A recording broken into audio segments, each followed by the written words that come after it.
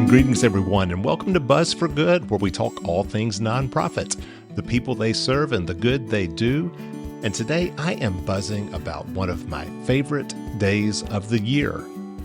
It's a day that celebrates more than 130 different nonprofit organizations around my community of the New River Valley of Virginia, and I am talking about GiveLocalNRV Day that kicks off at noon on June 24th and ends at noon on June 25th. It's a 24-hour fundraising marathon coordinated by my good friends at the Community Foundation of the New River Valley that seeks to raise hundreds of thousands of dollars. I'm secretly pulling for $1 million for the nonprofits that serve the New River Valley of Virginia.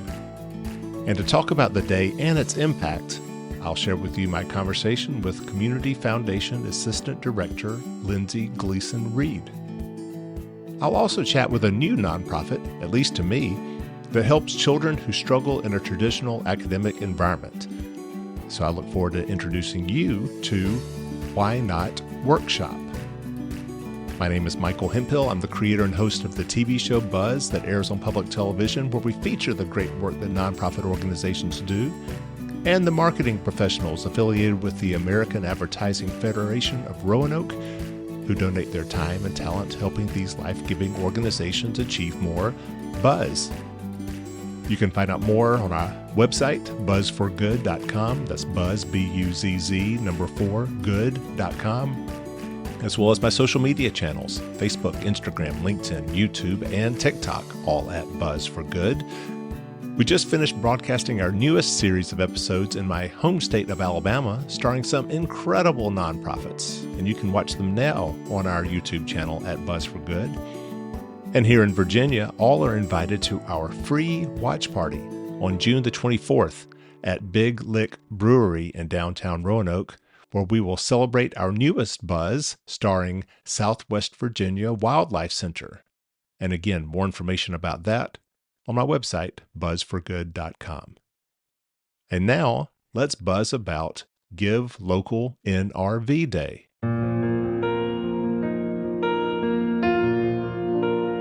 And it's my pleasure to welcome here to Buzz for Good, Lindsey Gleason-Reed, who is the Assistant Director of the Community Foundation of the New River Valley. Welcome. Hi, Michael. Thanks for having me. Of course, of course. And we are here talking about the big day of the year. Well, is this the big day of the year for the Community Foundation? Give Local NRV?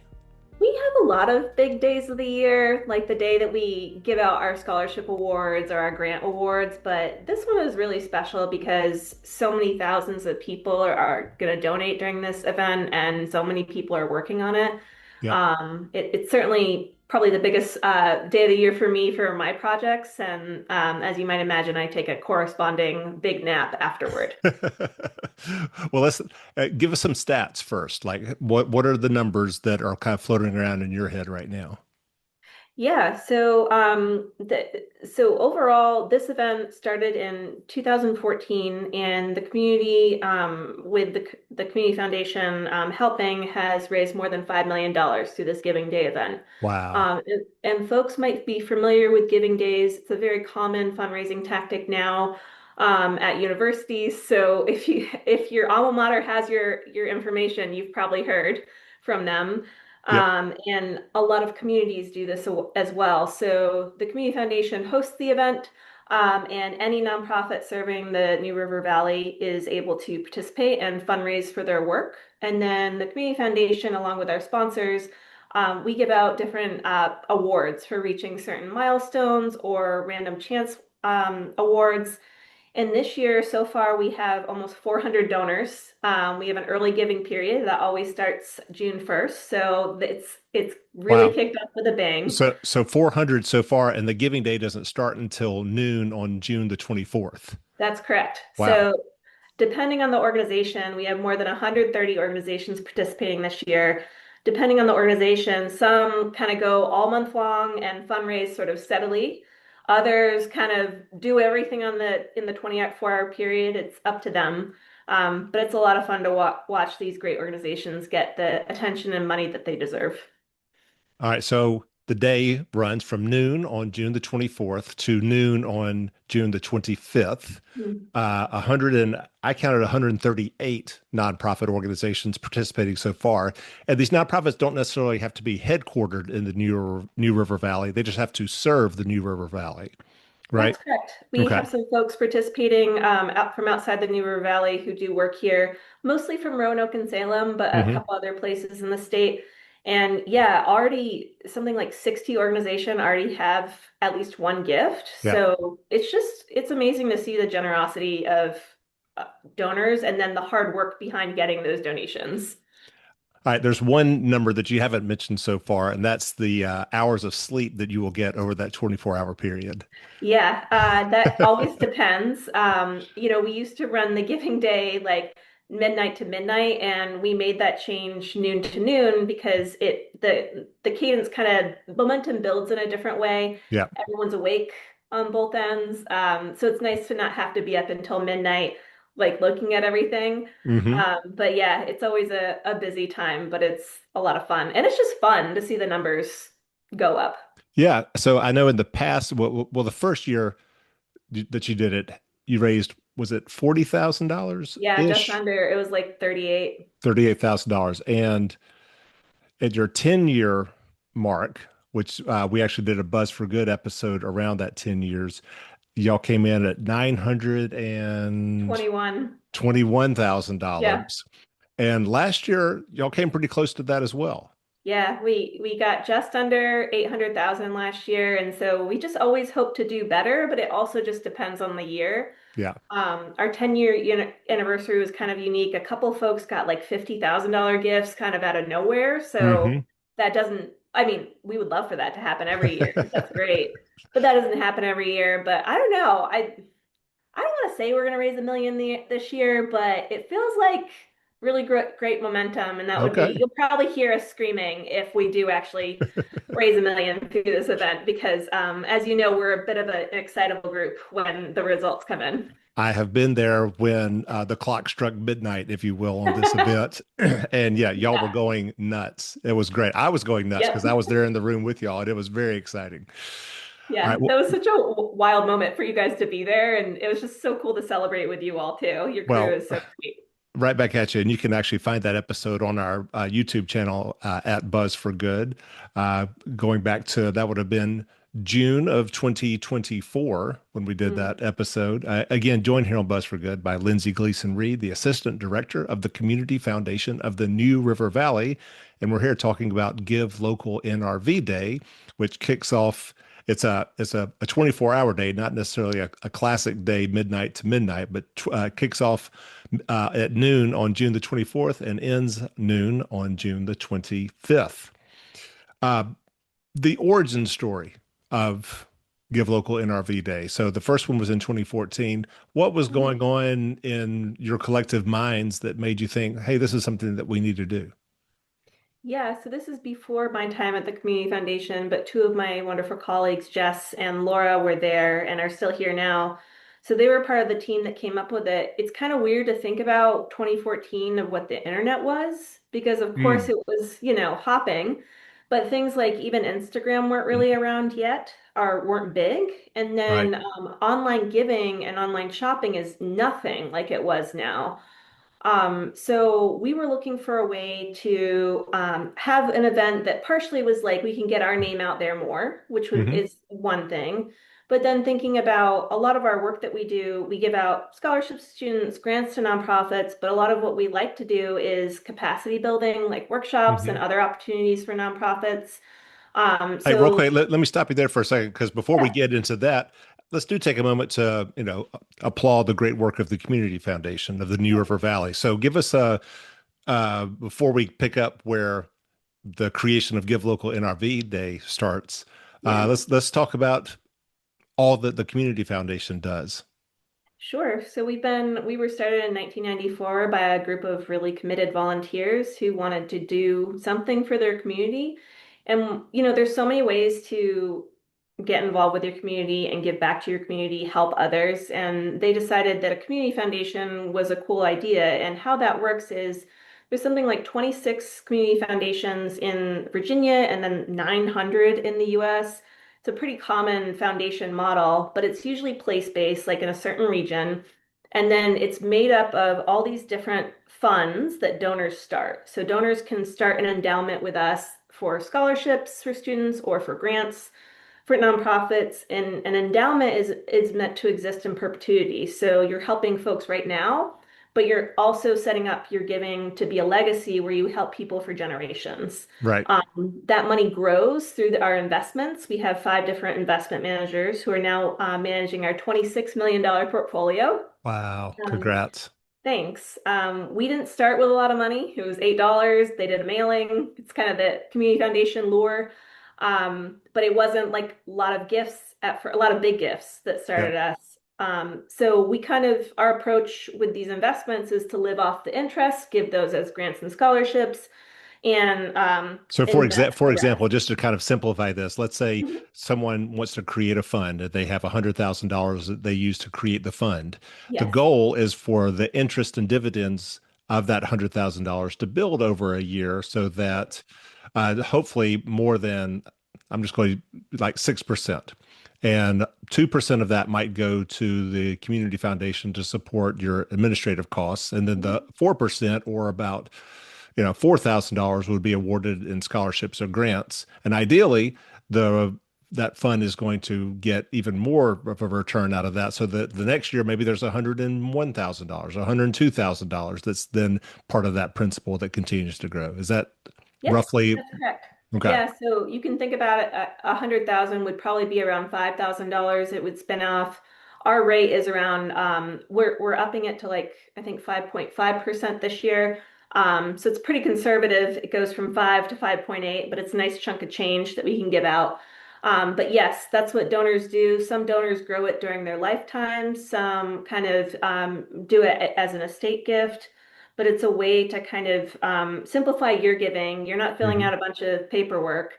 We invest it like we do with our other 200 something funds, and you get to just enjoy giving and not have all the administrative stuff along with it. Gotcha. All right. So in each year, like how much did you award last year, both in scholarships and grants to nonprofits? Almost a million. Oh, Um, wow. yeah, so last year, not to get too in the weeds, but there's every fund gets an account where it's like the money that you invest long term and one that's called a pass through. So say your scholarship spun off $6,000, but you want to give out 10 this year. You would write a check to us. It would go $4,000 in the pass through, and then with those power combined of both, you give out $10,000. So we just have some really, really generous folks. Yep. And it's kind of anything you might imagine. Education, arts and culture, animals, issues around poverty, you name it. It's pretty extraordinary what people want to support. And that's what I love about nonprofits because they literally do everything. So Yes. beautiful. All right. So that's kind of Community Foundation in a nutshell. Fast forward again to 2014. You're thinking about additional ways to get Community Foundation's name out as well as to support the nonprofits in your community. And you do what? Yeah, so the GiveLocalNRV website is sort of twofold.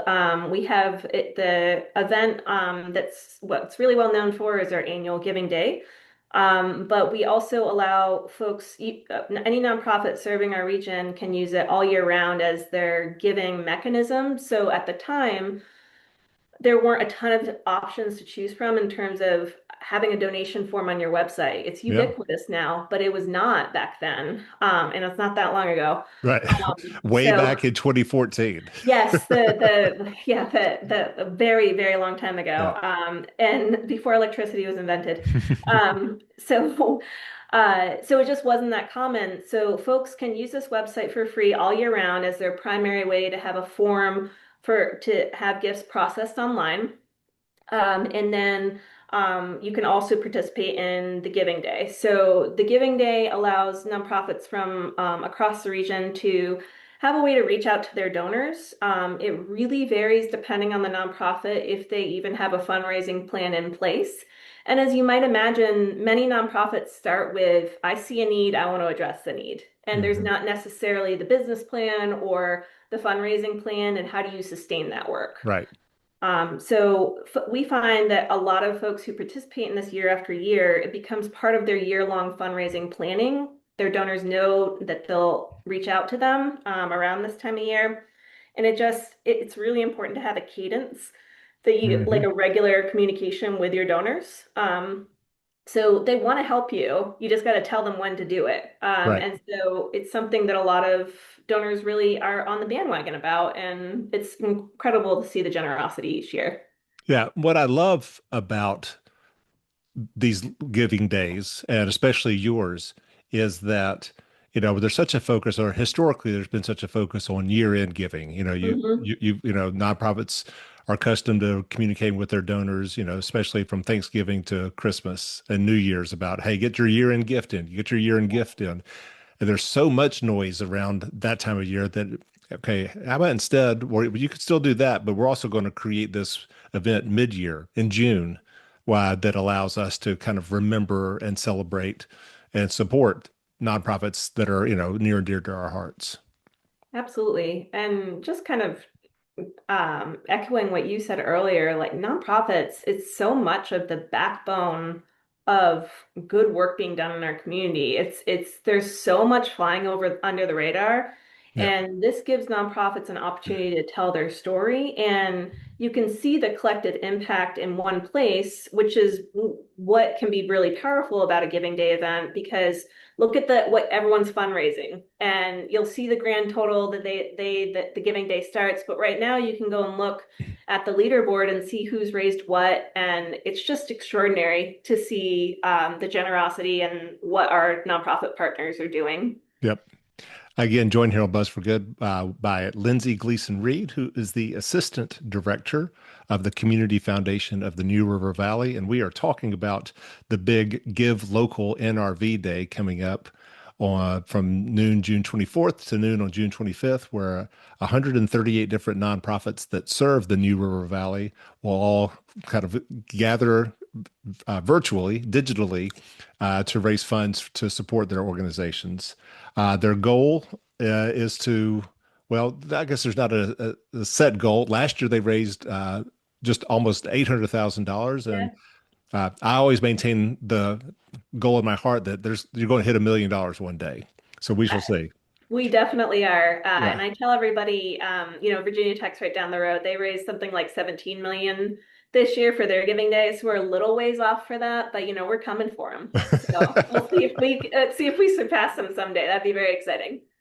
Yes. Well, I mean, Virginia Tech certainly has a few more resources at hand Yes. to assist in their True. efforts. So they better be raising $17 million given how much money that they spend on development officers and marketing, Yeah. et cetera, et cetera. Whereas what you guys do, small but mighty, is really, really impressive. We talked about kind of the benefit for nonprofits, but let's explore it from the donor side of things. What anecdotally have you heard or seen where a donor really appreciates this Give Local NRV Day concept?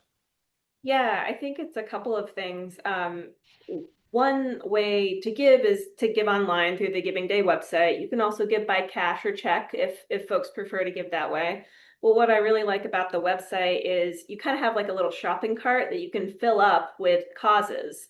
And you'll see 15 gifts come in at one time from one donor because they're Hmm. just like, oh, I supported this one last year and this one.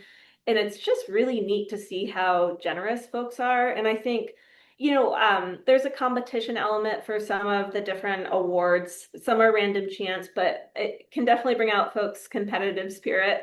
But something I love about this is on the nonprofit side is every single nonprofit that's a part of this event, when they come to our trainings, they want to share ideas with one another. Like, Hmm. yes, it is a fundraising competition to some degree, but people want to help one another in our community and they'll exchange ideas. If it's a new organization, they're not sure where to start, they'll mentor them. And it's pretty extraordinary to see. So it's amazing to see it on all sides, our nonprofit partners, our donors, and of course, the Community Foundation team loves to watch it too.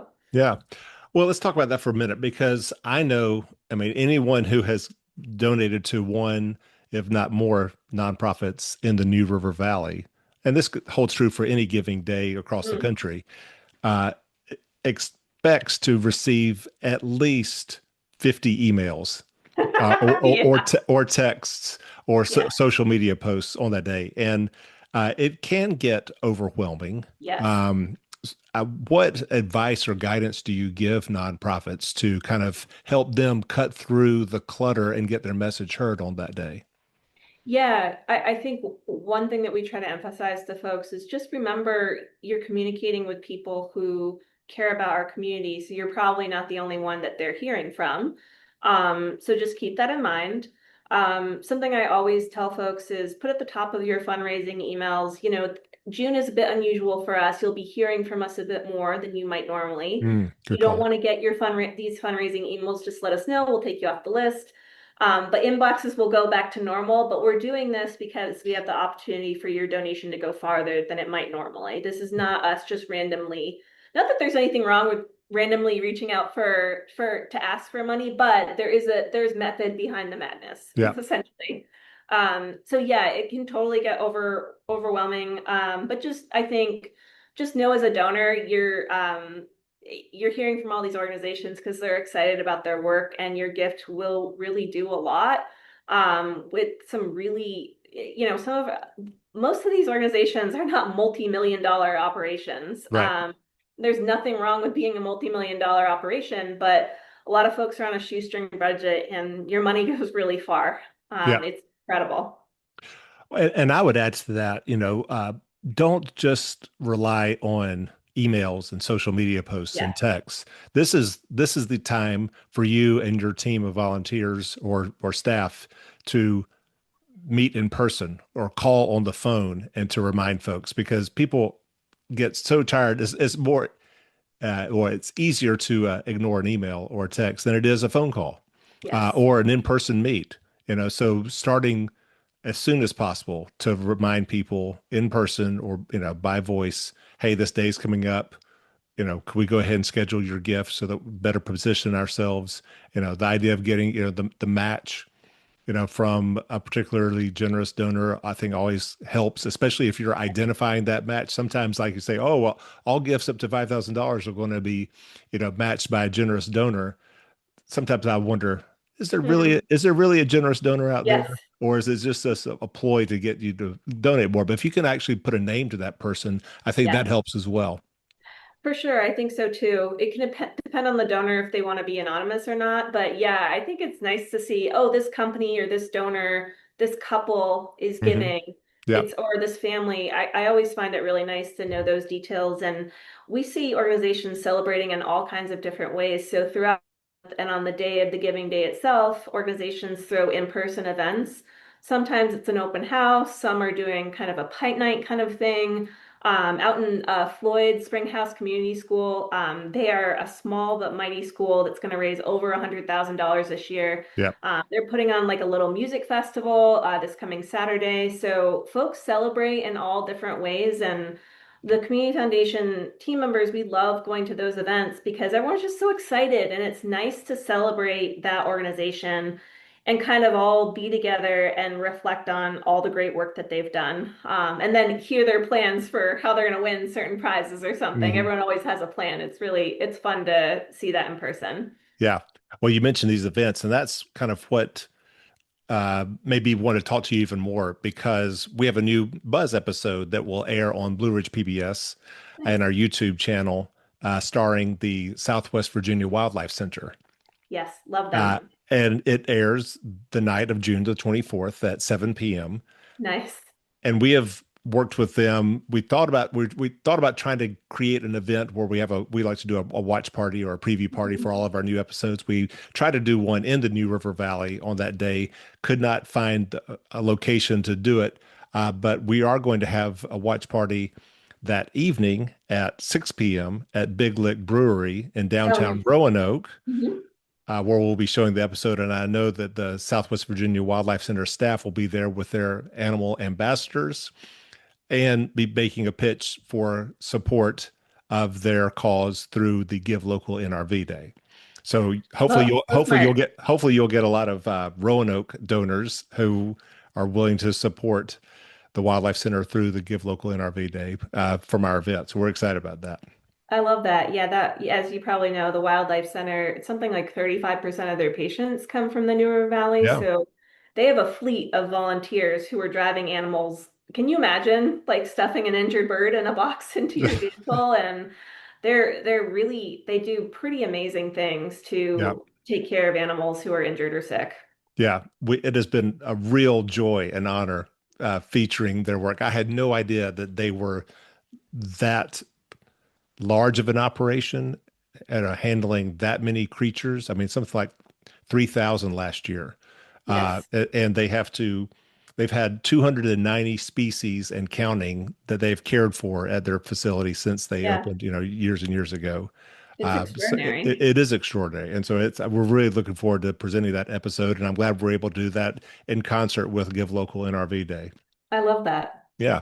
Lastly, and I feel like what has really kept your momentum going with this, because a lot of organizations who have started giving days kind of phased out of it Mhm. over the first 5 or so years, but y'all have kept doing this now for year number 12. And I think what I'm going to suggest, well, obviously it's your passion and dedication to it, but also you've had a really wonderful stable of sponsors who are willing to put up $250, $500, $1,000, $5,000 in incentive prizes to inspire other donors to then want to contribute to these nonprofits. Like the nonprofit that raises the most money will get I'm just ballparking, but a $5,000 incentive prize, or the one who has the most unique donors will get an incentive prize. And that's all due to your sponsors, which is really cool. It is really cool. Yeah, the largest prize we give out is like $1,500, but it's a nice chunk of change. Absolutely. And so those sponsor dollars get divided up for the different awards. National Bank of Blacksburg has been a really long time partner. They're a financial manager of ours and a sponsor. So generous. Yes, and then the Cranwell Family Foundation, Atlantic Union Bank, there's so many organizations Mhm. that want to help that way. And yeah, it creates this big prize pool, and the Community Foundation throws in money as well. And it just feels good. We just give out our first prizes today, actually. We have these early giving random chance prizes. We pick two each week from random donations online. And so it's really fun to send those emails and say, because of your hard work, you get an extra $250. Yeah. Yeah. And depending on the size of, well, any organization, $250 Yeah. has an impact, but depending on the size of it, it can have a huge impact. So Agreed. Yeah. bravo. Bravo. All right. Lindsey Gleason-Reed, Assistant Director of the Community Foundation of the New River Valley. Anything else that deserves mentioning about Give Local NRV Day coming up noon June 24 to noon June 25? Sure. I think probably all of us have a question, and I work in fundraising, and I have this question sometimes of, will my donation actually matter? Hmm. And the minimum donation for this event is $5, and it does really matter. That $5 can win, that one donation could win your favorite organization extra prize money.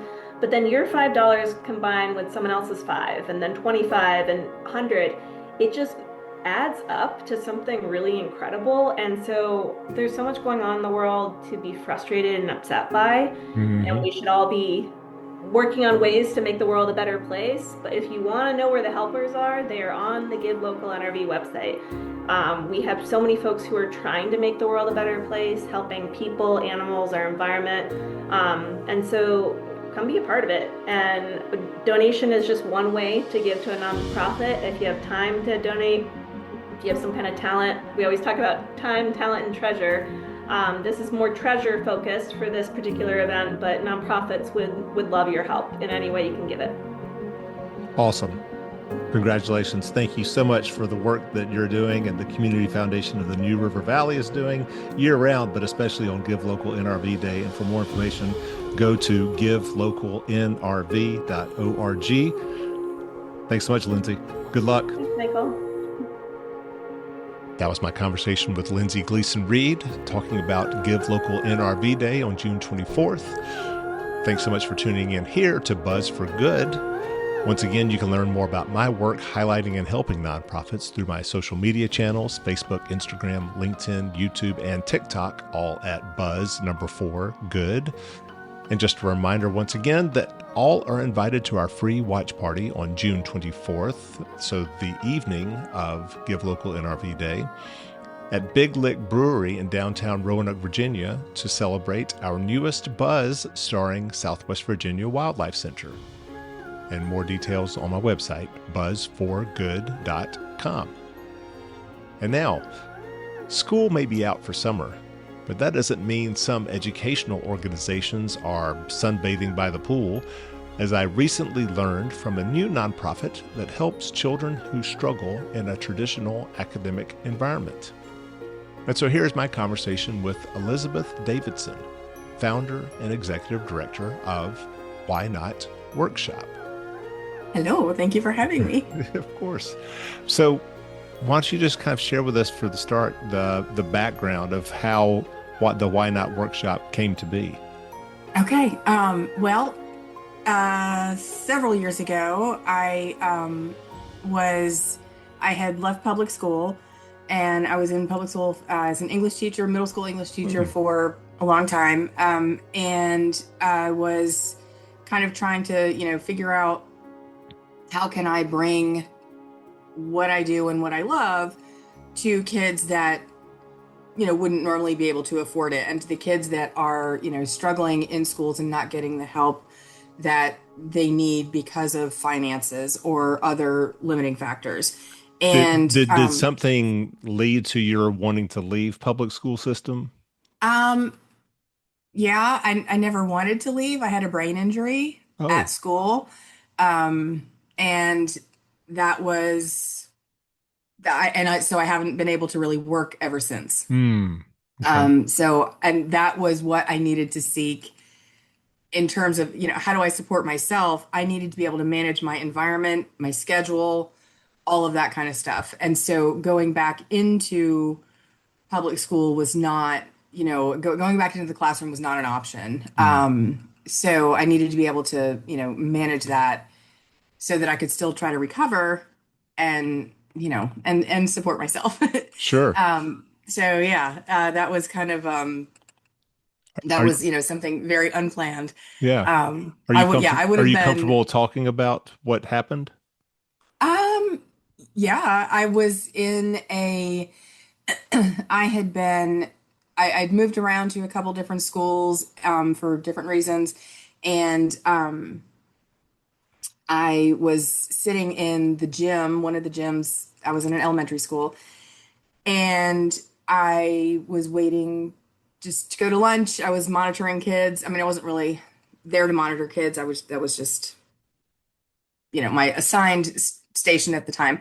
Hmm. And a couple of kids came up to talk to me, and so I was just chatting with the girls, and one of the boys was further down the wall of the gym, and he was shooting baskets, and the basketball ricocheted off the rim and hit me in the head. Mm. So, Mm. I knew right then, because I had had a concussion several years before, and knew what that kind of loopy little feeling felt like. But yeah, I knew as soon as it happened that it was, pretty significant. Hmm. And yeah, so it took me. I was a reading specialist, so when I was out of school, I was still able to see children privately, as a private reading specialist. And I, during probably about a year and a half, during that time, I was unable to. I could drive to the library, which is like 2 blocks from my house, and see kids. But in order to function, think, talk, all that, I had to lay my head on a table in order Oh, to mercy. teach. So thankfully, I was teaching older kids. I was doing mostly middle school, high school, and college kids. And so, talking to them about, weighty subjects and what they're thinking and writing and reading and all that was, I could still do that, but I couldn't even pick my head up. Mm. So that was, kind of like, it was a scary time, because I was like, well, how long is this going to last? There's no real help out there to fix that. And the help that is out there to fix that is very expensive. Sure. So, yeah, so I spent a lot of time chasing those help things and um and just doing what I could to survive at that time. And so I was like, I kind of knew, well, what am I going to do to support myself? And I didn't think it was fair that the kids that are paying me are the kids that can afford to. What about all the other kids that can't, and all the other kids that I used to teach in public schools that would never be able to afford these types of services? Hmm. And here I am, now significantly, impaired and physically, and then at that my income was significantly changed. Right. And so, there I was like not able to, pay for the medical treatment I needed. And so, there's, all that disparity comes, full circle and, in your face in another way. And, so yeah, I just kind of during recovery times, I would sit there and, okay, well, how can I help the kids that I want to help and still do what I love doing, what I'm good at?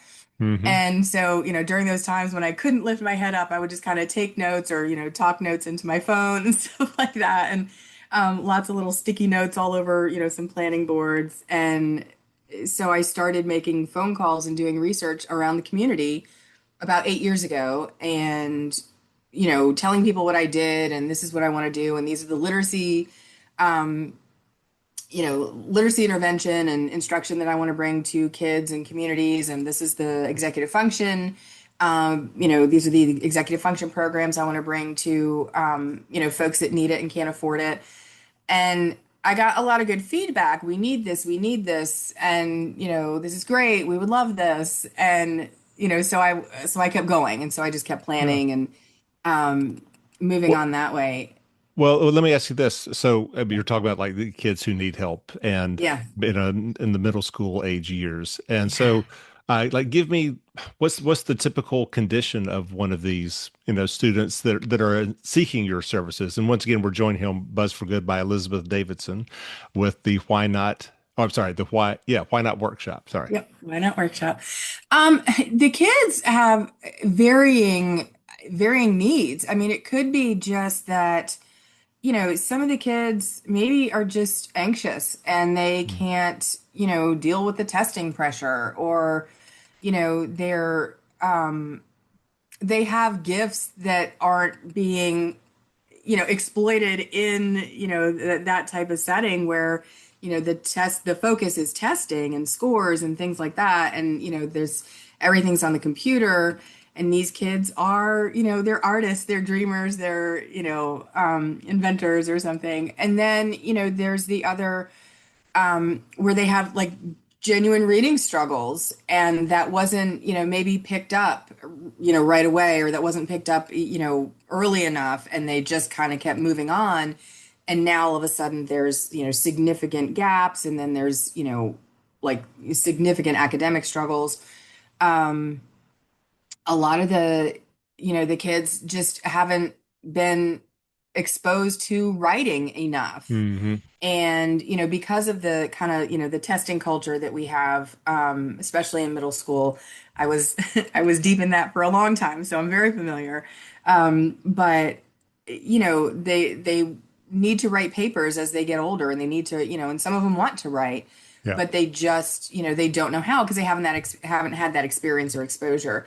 So there's a lot of there's a lot of diversity in the kids that I see. Hmm. Some are exceptionally bright and capable and just maybe not doing it. Maybe they are, struggling with ADHD or, something like that. I have a lot of students who are autistic, and, very bright and capable and, just great kids. And, maybe their anxiety is getting the best of them in school. Hmm. So yeah, it could be a variety of different kids. And that's, I think, when people say, well, who are your students now? And I'm like, talk about a spectrum. It's the spectrum is vast, Sure. with my students.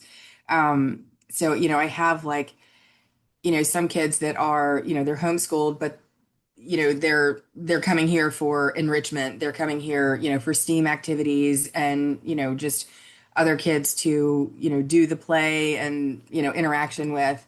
And that kid's always going to be the smartest kid in the room, the smartest person in the room, no matter who's there. So there's that. But then I have the kids that might have significant dyslexia and are really struggling, in second and third grade just to read. Hmm. So And that's kind so of, you're saying though that like the public school system, which is supposed to be providing resources and services for, yeah, differently learning right. kids, Yeah. sometimes struggles to do so, and therefore that's Yeah. where the why not workshop comes into Yeah. place. Yeah. The schools will tell you that they are there to provide a free and appropriate public education, and that's, the Supreme Court decision, and that's what they have money for. And it's, they're providing the opportunity for that free and appropriate education. But if you have, significant learning differences, if you have, significant health issues, or, are, significant trauma, and you need something more, Hmm. it's not available. It's not, they don't have the resources, they don't have the manpower, they don't have, the structures in place to help with that. And so because we're more open-ended and don't necessarily, as like a private school, we don't have to focus on SOLs. Can we focus on academics? Absolutely. That's what we do. If kids are in here building, they're studying science, they're studying, engineering, they're figuring out problem solving, so they're doing all that academic stuff just in a very different way. Okay. So yeah, and schools don't have that capacity. Yeah. All right. Well, so let's talk about what happens at the Why Not workshop. And again, joined here on Okay. Buzz for Good by Elizabeth Davidson, the founder, executive director, all things related to the Why Not workshop. So, yeah, Yeah. what is it? And what does a day look like? So a day can look again very different for each child. And right now I have kids coming to me for different reasons and from different sources. Hmm. In terms of, not everybody's like a homeschool kid coming in. So, but I might have, like I mentioned, that homeschool child coming in, looking for, the enrichment and the, I hate to use the word socialization because that seems to be a homeschool buzzword, but when people worry about, homeschooling, Yeah. but just to hang out with other kids and other people that can help when you work in a group and a community. I think that's when a lot of learning happens in a lot of different ways. So those kids might come in, and I got one kid that comes in and he just builds stuff the whole time. We listen to science podcasts and talk about that, and then he builds stuff. So there's that. And then I have another child, he comes in and he does mostly what we call heavy work, and that is he's got ADHD, he's got dyslexia, so he has struggles with reading and sitting still and all that. So he comes in and he is on the exercise ball most of the time, Mm. just moving his body. And he is doing so heavy work is like using your body to like push and pull, use all those core muscles and to help regulate your nervous system. And so that's what he's doing. And then he can sit and do whatever reading activity, lesson, whatever that we need. So he's here like mostly for reading. And but we do a lot of sciencey stuff. That's how I present a lot of material that we might want to read or work on or whatever. But he does a lot of the heavy work to regulate his body, and then reading to help the reading. Um, I'm also doing, I'm pushing into private schools to do professional development and literacy intervention. Mm. So I go to another school to do that. And, noticed one of the things that I've noticed in the last, I guess, 13 years that I've been a reading specialist, when kids are struggling to read and I am not seeing the progression and the, that I would hope for based on what I've been trained to do. Um, what I usually find is that there is like a foundational need not being met. And it's either a speech language issue or an occupational therapy issue. And the occupational therapy is like literally integrating your brain and your body. And when we see kids with attention deficit or, grown-ups with road rage, your executive functions, which are in your frontal lobe of your brain that don't develop until your mid 20s, that's offline. And, you're working from, your lizard brain if, there's an anger issue or something. But, so working with that with kids to get their bodies regulated so that their brains can function, Hmm. so that they can take the knowledge that they have in the knowing part of their brain, which is further back, and move it to the executive part. That's where occupational therapy comes in. And a lot of the kids that I've worked with in the past that have been so dysregulated, you wouldn't know it to look at them. They just seem like a regular kid, just, doing regular kid things, but they're struggling with, reading or math or whatever it is, or just paying attention or something like that. But a lot of times occupational therapy is going to really get to like the brain-based root of what's happening in that kid's body and be able to regulate that. And then all of a sudden, now I can make some progress in reading. Hmm. So that's kind of, again, like one of my side missions at, this school where I'm working. And then again, for our school, when we become, a full scale, school where we can just take in, as many kids as we can, as, like a full class or something, that we would have someone at our facility that can do those levels of services. And we've partnered with Radford University to do that. So that's pretty exciting. So once their class schedule has to line up with ours, and once we get into a new space, we'll be able to offer that to all of our students instead of just like the, minute few that can afford it now. Right. So that's pretty exciting.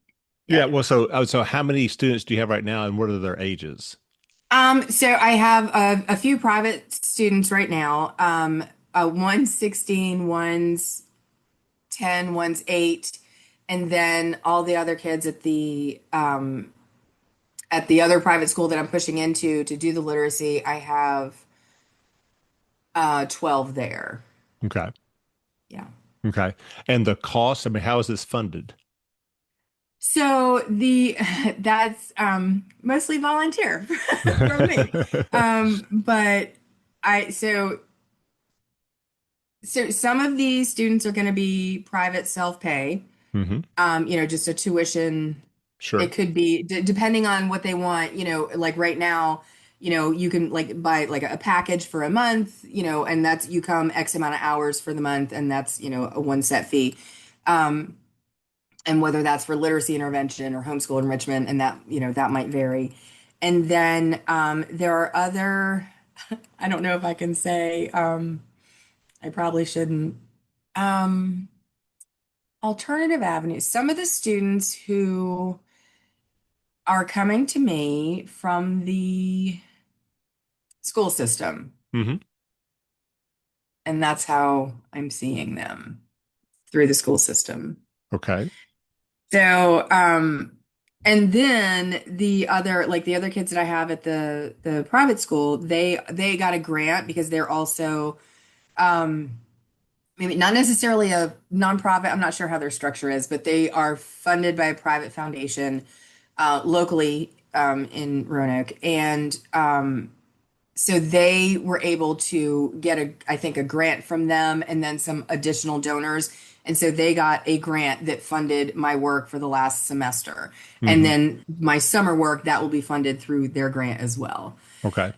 So when I did, that's basically, you know, how I saw it was getting grants to do these things. And then as I moved forward, realized that's not exactly how it works in nonprofit worlds, but there as we get older and as we expand, we can start to apply for larger grants, maybe government grants, because we're just too young at this point to get that type of money. Hmm. We did get a government with the ARPA funds. We got a grant through the Gun Violence Prevention Commission in Roanoke. And we did a program at Eureka Park with the kids, a program called BalaVisX. It's Balance Auditory Vision Exercises. And it's basically using beanbags and racquetballs to do all these like repetitive rhythmic repetitive motions and the sound impacts, regulation. And we did that at Eureka Park for about 3 months. And that was, again, paid for by a government grant. So Right. lots of different ways to fund. Okay. Yeah. Yeah. And again, joined here on Buzz for Good by Elizabeth Davidson, the founder of the Why Not Workshop. And I'm looking at like on your screen, and it seems like quite a full place that you've got there with Yeah. bins of all sorts of programs and activities on Yeah. shelves all That's my around little you. library. Yeah, okay. And Yeah. I know you originally reached out to me because you were trying to find another space, a bigger space in which to Yeah. operate Yeah. so that you could help more kids. Yeah. Yeah. So talk about that journey. What So, is your hope for a bigger space? well, what happened here was so we're in Aurora Studios downtown, and it's a good size space. It's probably the size of a small classroom. Okay. I did not expect, I just wanted a place. So, as a reading specialist, I have a lot of books, as you can see, about 3,000 of them. And my reading materials, the letter tiles, all the things. And so I just needed a place because it was all packed up in my basement. I needed a place to unload that so I could see what I had so that if I could meet the needs of my private students. And then as we grew, that I could offer maybe some reading programs, book clubs, or, stuff like that. So I just wanted basically an office. And every place that I found was pretty expensive. But this place was a great price. And it was also like 5 times as large as I was seeing elsewhere. So I moved everything down here. And at that point, I was like, well, I can start seeing kids down here. So I've done some camps. I've done, like STEAM camps, art camps, all kinds of stuff. So I've done, different things down here. And real quick, But again, when you say STEAM, you oh yeah, mean science, technology, engineering, art, and math. yes, Right. yes. Okay. So yeah, and I don't think anything can exist without art. So Yeah. I was a theater major, so I always try to I incorporate some understand. level of arts Absolutely. into Yeah, yeah, everything. But so being down here, I was like, oh, well, I can see kids, I can do private, literacy intervention, I can do groups.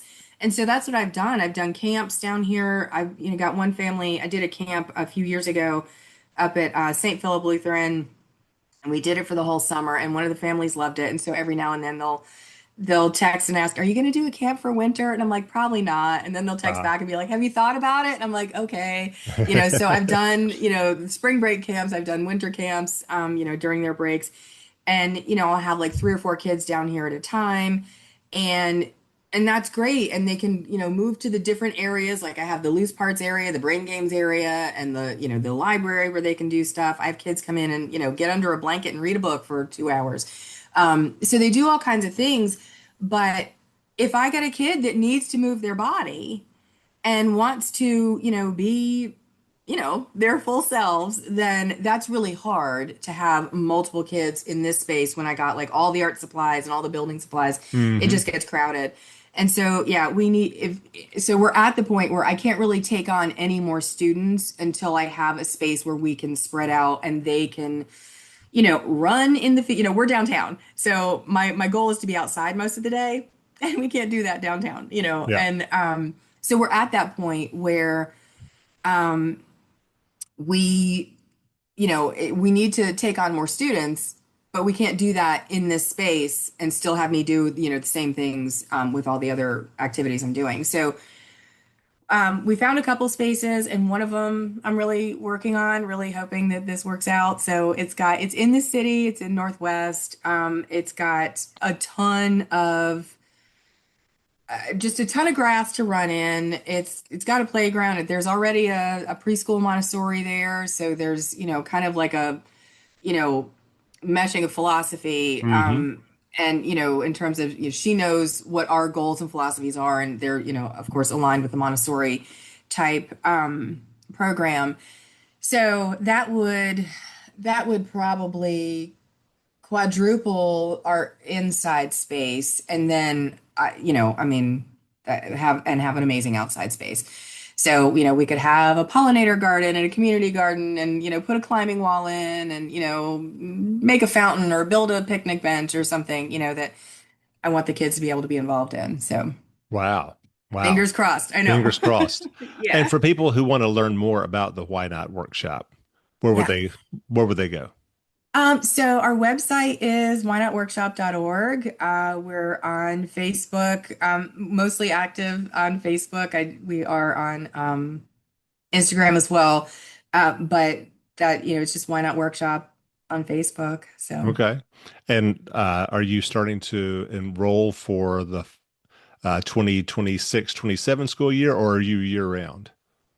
So yeah, year round in some capacity. And Yeah. again, because we're, very open-ended, parents can choose that. I would love to be able to, I'd love to be able to get into this space this summer and say, okay, let's just start something summer. What do you want? And we'll do the same thing we did a few years ago. I have all the stuff sitting over here in storage, so, we can just set up and pull it out and allow parents that freedom to say, okay, do you want to come for a few months and try it out and see if you want to do it long term? Yeah, but I think in terms of enrollment, it would be more of a like a rolling type situation. Gotcha. Not holding anybody to any type of schedule. Okay. All right. Yeah. Well, good luck with that journey. And Yeah. thank you so much for coming on to Buzz for Good and sharing with us the mission of Why Not Workshop. Yay, thanks. I appreciate it.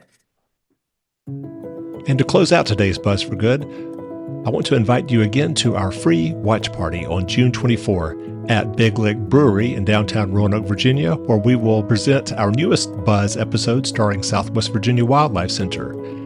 And here is how that episode begins. There is a 3-acre nonprofit in Roanoke County, Virginia, that may be among the most biodiverse in the world. On any given day, animals from nearly 300 species call this place home. They arrive abandoned, neglected, abused, near dead, but they leave either rehabilitated to return to nature or as ambassadors to help teach that most troublesome species of all, us humans, how to better live with them. On today's episode of Buzz, we will not only feature this amazing nonprofit, but provide it with some pro bono marketing resources that, like the animals that are cared for here, are absolutely wild. So I'm Chester Leonard. I'm the Executive Director of the Southwest Virginia Wildlife Center. My folks actually started this Wildlife Center back in 2002 out of the back of their home. I always like to joke with folks and tell them that I went to college in 2001. My mom got the world's worst case of empty nest syndrome and replaced me with an entire wildlife center. Humans have an obligation to care for these creatures since we're the ones most likely to cause them harm through habitat destruction, global warming, or accidentally striking them with your car. By caring for these creatures, Chester says, we in turn are caring for ourselves. Songbirds and bats eat mosquitoes and insects that transmit diseases. So too with snakes that prey on rodents. If we continue down this path of not caring for our planet, not caring for our wildlife, we're going to see things get a whole lot worse, whether that be with disease spread or just, can you imagine just raising your children or their children's children in a world without the wildlife existing anymore? Imagine being 20 years from now and be like, well, we used to have this animal here, it no longer is here, and you have to describe to them what it looked like or what it used to be. And unfortunately, we deal with endangered and threatened species here all the time. There's a much larger need for wildlife rehabilitation across the country and the globe.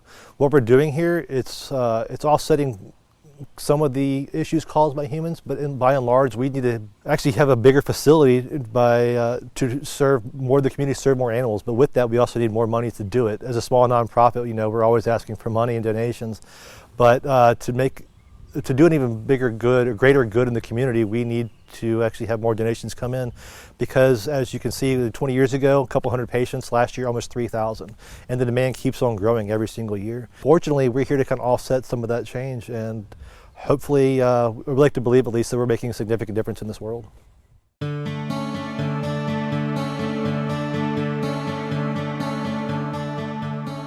And that'll do it for today's Buzz for Good. Thank you so much for tuning in, and please stay connected with me throughout the week on my website, buzzforgood.com, as well as social media channels, Facebook, Instagram, LinkedIn, YouTube, and TikTok, all at Buzz for Good. I hope to see you on June 24th at Big Look Brewery in downtown Roanoke when we celebrate our newest Buzz that actually airs later that evening on Blue Ridge PBS, starring Southwest Virginia Wildlife Center. And until then, I hope you continue being a buzz for good in the community you hold dear and supporting those nonprofits that work tirelessly each and every day to make your community an even better place to live. Bye now.